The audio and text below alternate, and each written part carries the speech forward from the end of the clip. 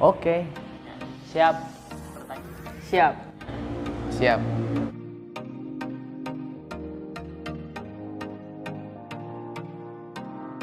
Kalau itu sih sering banget. Sering. Terus apa yang Anda lakukan?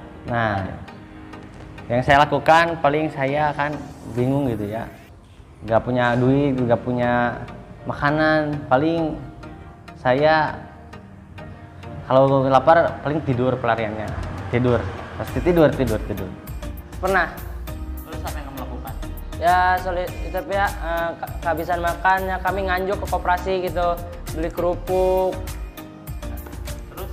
Ya terus ya makan bareng-bareng gitu. Sarang teman-teman. Pernah. Terus apa yang kamu lakukan?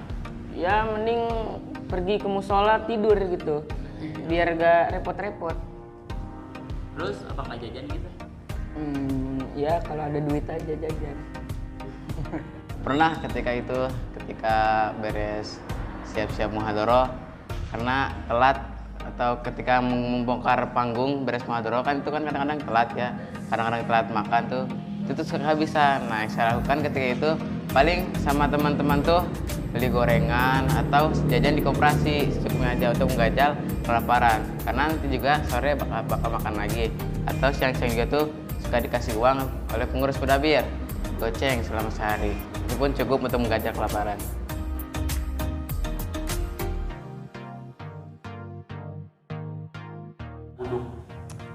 Kalau buduk sih dulu pernah awalan ke pondok ini, tapi cuma bentar doang, paling sebulan gitu. Nah kesininya itu paling gatal-gatal doang, gatal-gatal biasa gitu doang. Pernah. Pas kelas 1 sto kami buduk ke tangan semua gitu, ke pas kelas 2 sto ya mendingan cuman gatal-gatal gitu. Pernah. Itu paling banyak gitu. Kok mau di kaki, aduh. Gatal ya, udah gatal. Terus pakai apa tuh? Pakai Ngobatin itu. salep. Ngobatin apa? Pernah ketika itu saya itu buduk selama 1 semester 1 sto. Yang saya lakukan itu paling ya mau cepet-cepet sembuh gitu, telepon kadang-kadang orang tua harus gimana gitu ngobatinnya. Kalau itu paling pakai salep atau direndam pakai air panas. Alhamdulillah ketika saya melakukan semua itu akhirnya buduk saya sembuh. Tapi ketika menicek lagi kedua usto ada lagi datang, paling gak terlalu banyak lah, setengahnya. Dari kan waktu 1 usto 2 tangan, 2 usto jadi 1 tangan.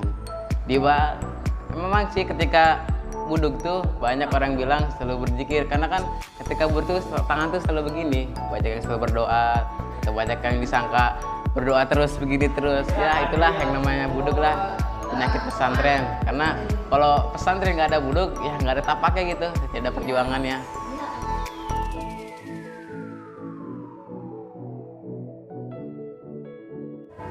Nangis pernah dulu tuh pas saya gak enak badan tuh. Ketika gak enak badan saya kepikiran banget tuh yang namanya orang tua. Nah di situ saya nangis, tapi gak lama sih. Pokoknya gitulah ceritanya kalau nangis. Pernah. Pas kelas 1 sto kami pernah tuh ditonjok ke nada sampai nangis gitu. Pernah. Dulu tuh 1 usto pernah nangis ya. Di situ tuh di pinggir-pinggiran pesantren, bawa selimut, dia nangis.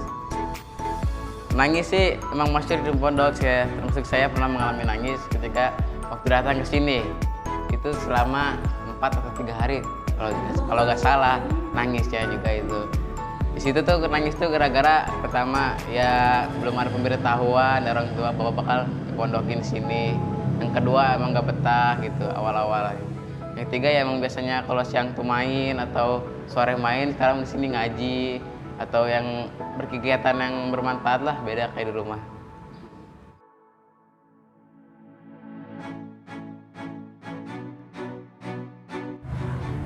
Yang saya rasakan di pondok ini, betah gak betah pasti ada ya, tapi dalam gak betah saya gitu ya, saya selalu nikmati aja kalau keadaan saya dalam perintah. Saya mah gini ya prinsipnya, lebih baik gak betah tapi ada dalam perintah daripada betah gak ada dalam perintah gitu ya. Gitu prinsip saya mah ya. Senang sarang teman-teman main gitu, belajar bareng-bareng. Ya udah. Ya betah terus. Nah kalau pengen tidur tuh biasa gatel-gatel. Ya gitu aja. Ya terima kasih. Yang saya rasakan di Pondok Abas Bola tuh beda gitu rasanya. Yang pertama menjalankan kebersamaan dengan yang lain gitu, kekompakan, termasuk dalam ketika ada suatu urusan yang bersifat musyawarah, di situ timbul kedewasaan kita. Bagaimana kita usulan apa yang harus kita lakukan terhadap masalah itu. Terus di sini juga mengajarkan banyaklah pengajaran yang penting, termasuk dalam pertanian, dalam pembangunan gitu, dalam melatih mental. Kita juga dilatih di sini. Termasuk kita juga di sini tuh harus menjalankan apa yang diperintahkan gitu.